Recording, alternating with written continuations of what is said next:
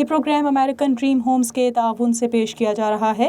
اپنا گھر بنانے کا خواب آپ دیکھیں، تعبیر ہماری، امریکن ڈریم ہومز۔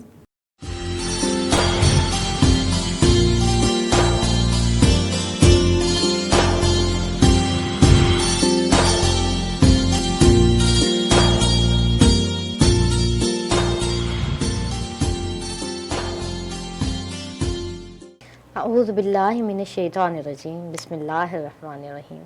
مولایا صلی وسلم دائما ابدا علی حبیبک خیر الخلق کلہم، یا ربی بالمصطفیٰ بلغ مقاصدنا واغفر لنا ما مضی یا واسع الکرم یا بارئ الکرم۔ وائس آف ساؤتھ ایشیا کی رحمت رمضان ٹرانسمیشن میں میں ہوں انیلا فتح۔ محترم ناظرین، ہم عشرۂ رحمت میں ہیں اور ہم نے گزشتہ کئی پروگرامات میں رحمت الہی کا تسلسل کے ساتھ ذکر کیا کہ اللہ رب العزت ہمیں بے شمار اور بے پناہ مواقع عطا فرماتا ہے اپنی رحمت کے ذریعے کہ ہم گناہوں، خطاؤں، غلطیوں کے باوجود اس کی طرف پلٹ جائیں، اس کی طرف لوٹ جائیں۔ آج جس عنوان پر میں گفتگو کرنے جا رہی ہوں وہ در حقیقت وہ عنوان ہے اور وہ عادات ہیں جو ہم کرتے ہیں لیکن اللہ رب العزت کو ناپسند ہے۔ محترم ناظرین، آج کی میری گفتگو کا عنوان ہے آداب معاشرت۔ معاشرے میں ہمیں کیسے زندگی گزارنی ہے، ہمیں کیسے رہنا ہے، وہ کون سی عادات ہیں جو ہمیں رحمت الہی سے دور کر دیں گی، اور وہ کون سے اچھے اخلاق ہیں جنہیں ہم اپنائیں گے تو ہم رحمت الہی کا قرب حاصل کریں گے۔ سورہ حجرات میں اللہ رب العزت نے ارشاد فرمایا، جب ہم سورہ حجرات کو دیکھتے ہیں کہ 18 آیات پر مشتمل یہ ایک مکمل صورت، جس میں پہلے آقا کریم علیہ السلام کی بارگاہ کے آداب سکھائے گئے کہ حضور کی بارگاہ میں کیسے حاضر ہونا ہے، حضور علیہ السلام کو پکارنا کیسے ہے، حضور کو بلانا کیسے ہے، اور ان آداب کے بعد اللہ رب العزت نے آداب معاشرت سکھائے اور بتایا کہ ہم نے آپس میں ایک دوسرے کے ساتھ کیسے رہنا ہے، کن الفاظ کا انتخاب کرنا ہے، کن چیزوں سے ہمیں اجتناب کرنا ہے۔ اللہ رب العزت نے فرمایا لا یسخر، کہ کوئی کسی کا مذاق نہ اڑائے، ایک قوم دوسری قوم کا مذاق نہ اڑائے، اور ساتھ ہی خواتین کا بھی کہ جو عورتیں ہیں، جو نساء ہیں، وہ بھی ایک دوسرے کا مذاق نہ اڑائیں۔ میرا اپنا تعلق طبقہ نسواں سے ہے تو ہمیں اس بات پر غور کرنا ہے کہ اللہ رب العزت نے ہمیں مخاطب کر کے یہ کہا ہے کہ ہم ایک دوسرے کا مذاق نہ اڑائیں۔ ناظرین محترم، ہم دیکھیں تو ایک یہ بات کہ ہم مذاق اڑاتے کس کا ہیں؟ جنہیں ہم دل سے پسند نہیں کرتے، یا جو ہمیں برے لگ رہے ہوتے ہیں، یا جن کی کچھ عادات، کچھ اطوار ہمیں سمجھ نہیں آتی، وہ ہمارے معیار کے مطابق نہیں ہوتے، اس لیے ہم ان کا مذاق اڑاتے ہیں۔ یا ہم انہیں اپنے سے کمتر سمجھتے ہیں کہ وہ مال و دولت میں ہم سے کم ہے، ہم اس لیے ان کا تمسخر اڑاتے ہیں۔ یا ہم اپنی عبادات کو بہت اونچا سمجھتے ہیں، خود کو ہائی فائی سمجھتے ہیں اور باقی لوگوں کو اپنے سے کمتر سمجھتے ہیں، تب ہم ان کا مذاق اڑاتے ہیں۔ تو یہ مذاق اڑانا ایک دوسرے کے دل میں احترام، ایک دوسرے کی محبت اور پیار کو ختم کر دیتا ہے، اور آہستہ آہستہ یہ محبت نفرت میں بدلتی ہے، حسد میں بدل جاتی ہے۔ یعنی یہ ایک گھر کی مثال لے لیں ہم، اگر گھر میں ایسا ہو تو ایک دوسرے سے عداوت پیدا ہو جاتی ہے اور گھر کا امن، گھر کا سکون برباد ہو جاتا ہے۔ اور اگر معاشرے کی طرف دیکھیں، اوورال سوسائٹی میں دیکھیں تو ہر طرف آفیسز میں دیکھیں، جہاں جہاں جو کام کر رہا ہے کوئی نہ کوئی اس چیز کا شکار ہے، اور یہ عمل ہمارے امن کو، ہمارے سکون کو ختم کر دیتا ہے۔ اور ایک اور بات دیکھیں، ہم کہتے ہیں ہم تو مذاق کر رہے ہیں، اور ہم مذاق میں ایسی بات کر دیتے ہیں، اور بعض اوقات تو ہم جان بوجھ کر مذاق میں ایسی بات نکالتے ہیں کہ اگلے تک پہنچ جائے کہ آپ اس کے بارے میں کیا خیال رکھ رہے ہیں۔ مذاق در حقیقت کیا ہوتا ہے؟ وہ فقط ہنسانے کے لیے، جس میں نہ کسی کی تحقیر ہوتی ہے، نہ کسی کو ٹونٹ کیا جاتا ہے، نہ کسی کو پوائنٹ آؤٹ کیا جاتا ہے۔ مذاق ازراہ مذاق بات ہوتی ہے، کسی کو ٹونٹ نہیں کرتے۔ مگر ہم کیسے مذاق کرتے ہیں؟ ہم سامنے بیٹھے ہوئے فرد کو مذاق میں کوئی جملہ کہہ دیتے ہیں، وہ در حقیقت ہمارے دل کی بات ہوتی ہے۔ تو مذاق کا بھی ہم نے غلط تصور بنایا ہوا ہے۔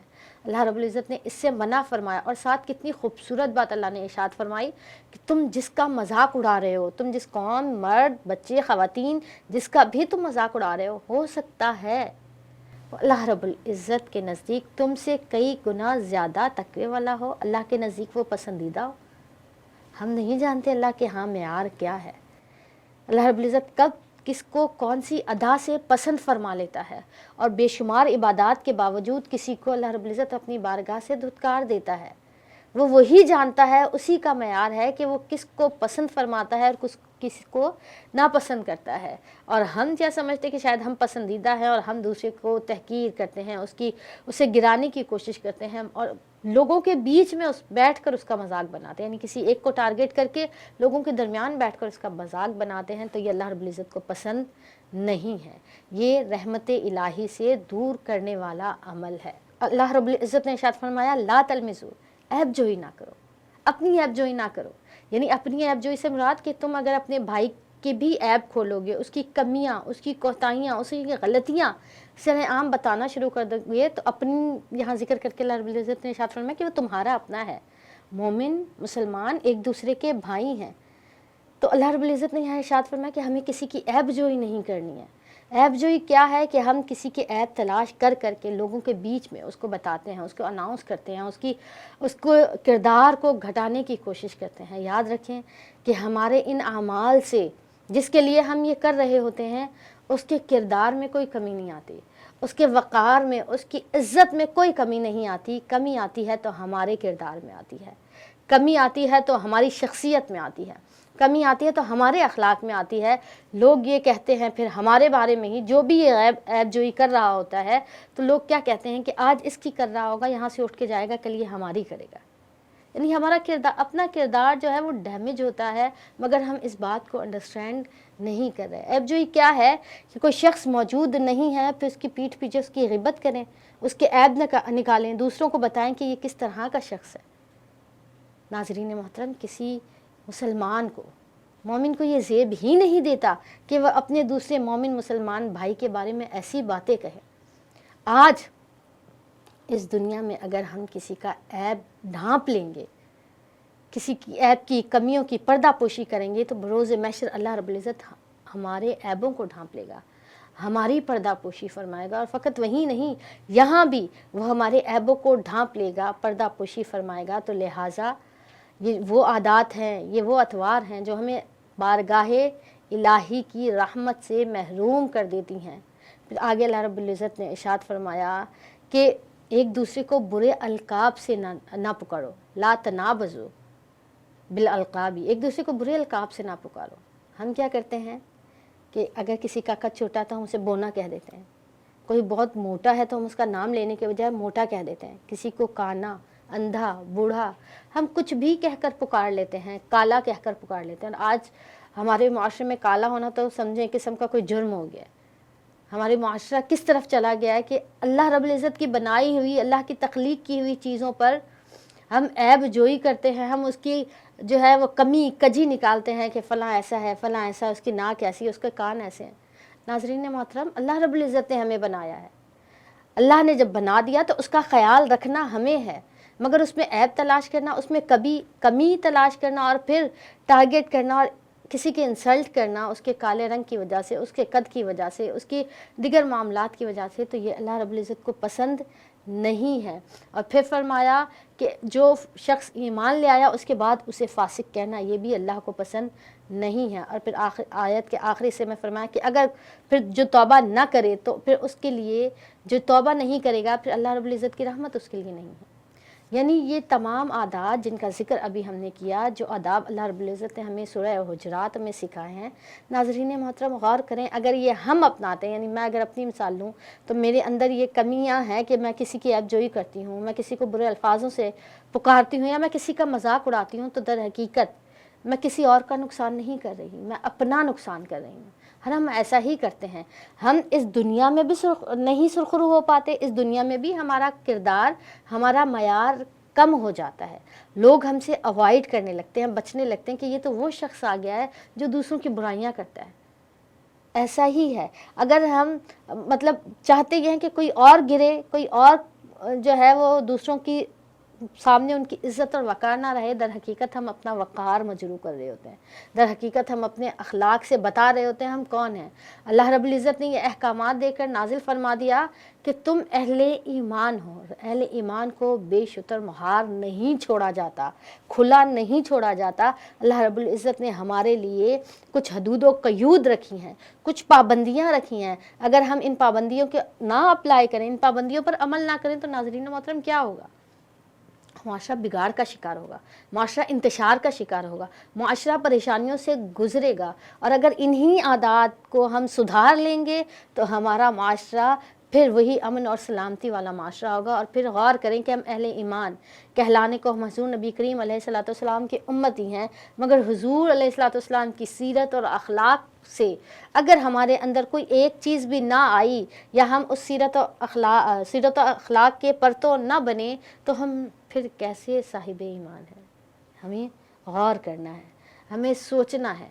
ناظرین محترم، رمضان کریم وہ مہینہ ہے کہ ہم کہتے ہیں نا کہ آخر کا جو عشرہ ہے اس میں 10 راتیں ہمیں ایسی ملتی ہیں کہ ہم اللہ کا قرب بھی اختیار کرنے کے لیے اس کی پاس یکسوئی کے ساتھ دنیا سے کٹ کر بیٹھ جاتے ہیں اور اپنا احتساب بھی کرتے ہیں۔ اور یہ احتساب ہم نے ہر رات کرنا ہے کہ آج تو ہم نے کسی کی دل آزاری نہیں کی، آج تو ہم نے کسی کا مذاق نہیں اڑایا، آج تو ہم نے کسی کو برے الفاظ سے نہیں پکارا۔ یہ احتساب ہر روز کرنا ہے۔ اور اللہ رب العزت کے نزدیک یہ عادات اتنی بری ہیں کہ اللہ رب العزت نے قرآن پاک کے آخری پارے کی سورہ ہمزہ میں اللہ رب العزت ارشاد فرماتے ہیں، بسم اللہ الرحمن الرحیم، وَيْلٌ لِّكُلِّ ہُمَزَةٍ لُمَزَةٍ، کہ ہلاکت ہے، تباہی ہے ان لوگوں کے لیے جو تانا دیتے ہیں اور جو عیب جوئی کرتے ہیں۔ یعنی ہمزہ اور لمزہ، جو تانا دیتے ہیں اور جو عیب جوئی کرتے ہیں، یعنی کوئی اپنی جنبش سے، علماء کرام فرماتے ہیں جو اپنی پلکوں کی جنبش سے، اپنے منہ کے زاویے سے بغیر کہے بھی اگر کسی کا مذاق اڑا رہا ہے یا کسی کو تانا دے رہا ہے تو ایسے شخص کے لیے ہلاکت ہے۔ یعنی اللہ رب العزت نے، اور یہ وادی، ویل کی وادی جہنم کی ایک ایسی وادی ہے کہ جس سے جہنم خود پناہ مانگتی ہے۔ تو ناظرین محترم، اللہ رب العزت ہمیں تنبیہ اپنی رحمت الہی کے ساتھ ساتھ ہمیں آگاہ بھی کر رہا ہے، ہمیں یہ بھی بتا رہا ہے کہ اگر تم نے برے اعمال نہ چھوڑے، اگر تم نے مومن ہو کر، مسلمان ہو کر اپنے عادت و اخلاق اور اطوار کو نہ سنوارا تو پھر ہلاکت ہے، پھر تمہیں کوئی اللہ رب العزت کے غضب سے بچا نہیں سکے گا۔ یعنی فرمایا نا کہ وَيْلٌ لِّكُلِّ ہُمَزَةٍ لُمَزَةٍ، کہ تانا دینے والا، منہ در منہ تانا دینے والا۔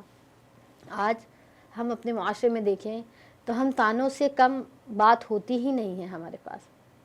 اور پھر آگے فرمایا تھا لمزہ، کہ عیب جوئی کرنے والا، یعنی ہماری مجلس غیبت کے بغیر مکمل ہی نہیں ہوتی ہے۔ یہ بہت افسوس کے ساتھ ہمیں کہنا پڑ رہا ہے کہ ہم 2 افراد بیٹھے ہوں اور جو موجود نہ ہو، اس کا ذکر نہ ہو، ایسا ہماری مجلس میں ہوتا ہی نہیں ہے۔ اور اگر کوئی شخص اس سے بچنا چاہتا ہے تو لوگ اس کے پاس بیٹھتے ہی نہیں ہیں کہ یہ تو باتیں ہی نہیں کرتا، یہ تو بولنے والا ہی نہیں ہے، اس کے پاس ہم کیا بیٹھیں۔ ناظرین کرام، کم بولنا جیسے ہم نے پہلے ذکر کیا وہ ہمیں بچا لیتا ہے، وہ ہمیں نجات دیتا ہے۔ اور اگر ہم کسی کی عیب جوئی کرتے رہتے ہیں مستقل، آقا کریم علیہ الصلوۃ والسلام سے ارشاد فرمایا گیا کہ اگر ہم جس کا عیب بیان کر رہے ہیں اس میں وہ عیب موجود ہو اور ہم پھر بتا رہے ہیں تو پھر بھی کیا یہ عیب جوئی کرنا ہوتا ہے؟ آقا کریم علیہ الصلوۃ والسلام نے ارشاد فرمایا بالکل، یہی تو عیب جوئی ہے کہ اس شخص میں وہ بات موجود ہے اور تم اس کا تذکرہ کر رہے ہو، یہی عیب جوئی ہے۔ اگر تو وہ بات موجود ہے اور تم تذکرہ کر رہے ہو تو تم بھی پھر بھی گناہ کر رہے ہو، اور اگر اس میں وہ بات موجود نہیں ہے اور تم اس کا تذکرہ کر رہے ہو تو تم اس پر بہتان لگا رہے ہو۔ تو ہمیں غور اور فکر کرنا ہے۔ اور یہی عیب جوئی کیا ہے؟ یہ در حقیقت غیبت میں بدل جاتی ہے کہ ہم کسی دوسرے کے ساتھ بیٹھ کر پھر اس شخص کی غیبت کر رہے ہوتے ہیں کہ فلاں ایسا ہے، فلاں ایسا ہے، وہ تو کنجوس ہے، وہ تو دیتا نہیں ہے، ہم اس کے پاس جاتے ہیں تو اس کا رویہ اچھا نہیں ہے، اس کا اخلاق اچھا نہیں ہے، یا فلاں نے ایسا گناہ کیا ہے۔ ناظرین محترم، یہ ہمیں ہلاکت کی طرف لے جاتا ہے۔ یہ اچھے اعمال، اچھے رویے نہیں ہیں۔ امام شافعی علیہ رحمہ کے پاس ایک شخص آتے ہوئے کہتا ہے کہ فلاں شخص آپ کی برائی کر رہا ہے، عیب بیان کر رہا ہے، تو آپ فرماتے ہیں کہ اگر تم سچ کہہ رہے ہو تو تم چغل خور ہو، اگر تم جھوٹ، یعنی یہ بات اس نے نہیں کہی تو تم پھر جھوٹے ہو۔ آپ نے فرمایا کہ اس شخص نے تو اپنی بات منہ سے نکالی، اس نے تیر میرے پاس پھینکا مگر اس کا تیر رستے میں گر گیا، وہ تیر تم نے اپنے کاندھے پر اٹھا کر میرے پاس لے آئے ہو اور مجھے اس کی بات بتا رہے ہو جو میرے دل کو لگ رہی ہے، میرے دل میں وہ تیر تم چبا رہے ہو۔ یعنی ہم نے ایک دوسرے کی اس طرح کے معاملات آگے پیچھے، کسی کی غیبت، کسی کی چغلی نہیں کرنی۔ غیبت کرنا کیا ہے؟ حضور علیہ الصلوۃ والسلام نے ارشاد فرمایا ایسے ہے جیسے تم اپنا مردہ بھائی کا گوشت کھا رہے ہو۔ ہم تدبر نہیں کرتے، ہم تفکر نہیں کر رہے۔ سوچیں، ہم شاید یہ سمجھتے ہیں کہ ایک عام سی بات ہے، یہ کہہ دی گئی، نہیں، یہ رسول کریم علیہ الصلوۃ والسلام کی کہی گئی بات ہے۔ ناظرین محترم، آپ دیکھیں کہ ہمیں یہ یقین ہے کہ آگ جلاتی ہے، وہ آگ ہمیں سامنے نظر آ رہی ہے، وہ جلائے گی تو ہم اس میں ہاتھ نہیں ڈالتے کیونکہ وہ ہم دیکھ رہے ہیں۔ تو ایسے ہی ہم، جو اللہ رب العزت نے ارشاد فرمایا کہ ہلاکت ہے ان لوگوں کے لیے جو عیب جوئی کرتا ہے، تباہی ہے، ویل کی وادی ہے، وہ جہنم میں جائے گا۔ اگر اس بات کا یقین ہمیں ہو جائے کامل، جیسے ہمیں اس آگ کی تپش کا یقین ہے، اور ہمیں اگر اس بات کا یقین ہو جائے کہ ہم غیبت کرتے ہوئے اپنے مردہ بھائی کا گوشت کھا رہے ہیں تو کتنی کراہت آئے، ہم کبھی بھی یہ عمل پھر نہ کریں۔ مگر مسئلہ یہ ہے کہ ہمارے ذہنوں سے احادیث پاک اتر جاتی ہیں۔ مسئلہ یہ ہے کہ اب یہ اعمال اتنے ہمیں چھوٹے لگتے ہیں، یہ اتنے ہمیں آسان لگتے ہیں کہ ہمارے لیے یہ ناپسندیدہ نہیں، یہ ہماری عادت میں ایسے شمار ہو گئے کہ اب ہمیں برائی نہیں لگتی۔ پھر سورہ ہمزہ میں اللہ رب العزت نے آگے ارشاد فرمایا کہ مال کو گن گن کے رکھتے ہیں، یعنی مال کی محبت ہے، مال کو جمع کرتے ہیں۔ اللہ رب العزت نے مال کمانے سے، کسب حلال سے منع نہیں فرمایا، رزق حلال سے اللہ نے منع نہیں فرمایا۔ یہاں مال گن گن کر رکھنے سے مراد یہ ہے کہ مال کی محبت دلوں میں نہ آئے۔ مال تو آئے مگر مال کی محبت دلوں میں نہ آئے۔ حضرت عثمان غنی رضی اللہ تعالیٰ عنہ جیسے امیر شخصیت، صحابی رسول ہیں، حضرت عبد الرحمن بن عوف مالدار شخصیت ہے، صحابی رسول ہیں، مال رکھنا منع نہیں ہے، مگر اس کی محبت اگر دلوں میں آ جائے تو پھر ہر چیز تباہ ہو جاتی ہے۔ آج ہم اگر اپنے معاشرے میں دیکھیں تو در حقیقت سب سے بڑی برائی، سب سے بڑی خامی اور سب سے بڑا مال ہی ہے جو ہمیں ایک دوسرے سے دور کر رہا ہے، مال ہی ہے جو ہمیں گناہوں کی طرف مبتلا کر رہا ہے۔ جائیدادوں کے پیچھے کتنے جھگڑے ہوتے ہیں، بہن یعنی خونی رشتے آپس میں جائیداد کے پیچھے قطع تعلق ہو جاتے ہیں۔ یہ در حقیقت ہم یہ سمجھتے ہیں کہ ہم نے اسی دنیا میں رہنا ہے، ہم اپنی زبان سے اس بات کا اقرار نہیں کرتے، مگر ہمارا لائف اسٹائل بتاتا ہے کہ ہم اس دنیا میں رہنے کی تیاری کر رہے ہوتے ہیں، اچھے اچھے گھر بنا رہے ہوتے ہیں، اچھا اپنے لیے مال اسباب جمع کر رہے ہوتے ہیں۔ ہم شاید سوچتے ہیں کہ ہم نے کبھی یہاں سے جانا نہیں ہے، لیکن ناظرین محترم، یہ رہنے کی جگہ نہیں ہے، یہ ہمیشہ رہنے کی جگہ نہیں ہے، ہم نے یہاں سے جانا ہے۔ خواتین کو مخاطب کرتے ہوئے یہ کہوں گی کہ ہم وہ ہیں جنہوں نے اپنی اولاد کی، جنہوں نے اپنے گھروں کو سنبھالنا ہے اور اولاد کی تربیت کرنی ہے۔ رزق حلال وہ عمل ہے جو ہماری دعاؤں کو قبول کرتا ہے، اور اگر ہم رزق حلال نہیں کھاتے، حرام کا ایک لقمہ بھی ہمارے منہ میں آتا ہے تو حرام یا سود اللہ رب العزت سے جنگ ہے۔ محترم ناظرین، آج کل ہماری بہنیں برانڈز کے پیچھے ایسے بھاگتی ہیں، انہیں خیال نہیں رہتا کہ ہمارے شوہر جو محنت سے کما رہے ہیں، یا ہمارے بھائی یا ہمارے والد جو کما رہے ہیں، وہ حلال رزق ہمارے لیے لے کر آتے ہیں۔ اگر وہ کبھی کسی چیز کا انکار ہمیں کریں، ہماری ہوس بڑھتی چلی جا رہی ہے۔ ہمیں برانڈز پہننا ہے، ہمیں لوگوں کو شو کرنا ہے، ہم نے ایک تقریب میں ایک جوڑا پہنا، ہم نے اگلی تقریب میں وہ جوڑا نہیں پہننا، ہم نے میچنگ کے بیگز لینے ہیں، ہم نے میچنگ کے جوتے لینے ہیں۔ ہم یہ ہر چیز کر رہے ہوتے ہیں، اور یہ چیزیں نہ ہوں تو ہم برداشت نہیں کر پا رہے ہوتے ہیں، ہمیں یہ چیزیں لازمی چاہیے ہوتی ہیں۔ لیکن اس کے پیچھے آپ یہ دیکھیں کہ جو مال آپ کے پاس آ رہا ہے، جو آپ کے والد، آپ کے بھائی، آپ کے شوہر لے کر آ رہے ہیں، کیا وہ حلال ہے؟ اس میں آپ کی بھی ذمہ داری ہے کہ اگر کوئی مرد حرام کی طرف جاتا ہے تو اس میں پیچھے آپ کا بھی کردار ہے۔ آپ کیسی ماں، بہن، بیٹی، بیوی ہیں جو اپنے مردوں کو ایک خاتون جو ہوتی ہے وہ گھر کو بناتی بھی ہے اور بگاڑتی بھی ہے۔ اگر ہم باشعور ہوں گے، اگر ہم ان چیزوں پر عمل کریں گے تو یقیناً اللہ رب العزت ہم سے راضی ہوگا۔ جھوٹ، غیبت، چغلی، کسی کی عیب جوئی کرنا، برائی کرنا، برے القاب سے پکارنا، مذاق اڑانا اور دیگر، یہ تمام وہ امور ہیں جو رحمت الہی سے دور کرتے ہیں اور ہماری شخصیت کو ختم کر دیتے ہیں، لوگوں کی نظروں میں بھی گرا دیتے ہیں۔ یاد رکھیں، مومن ایک باوقار شخص ہے، اور ہم نے اللہ رب العزت کی دی گئی حدود کے مطابق ہی اپنی زندگیوں کو بسر کرنا ہے۔ وَمَا عَلَيْنَا إِلَّا الْبَلَاغُ۔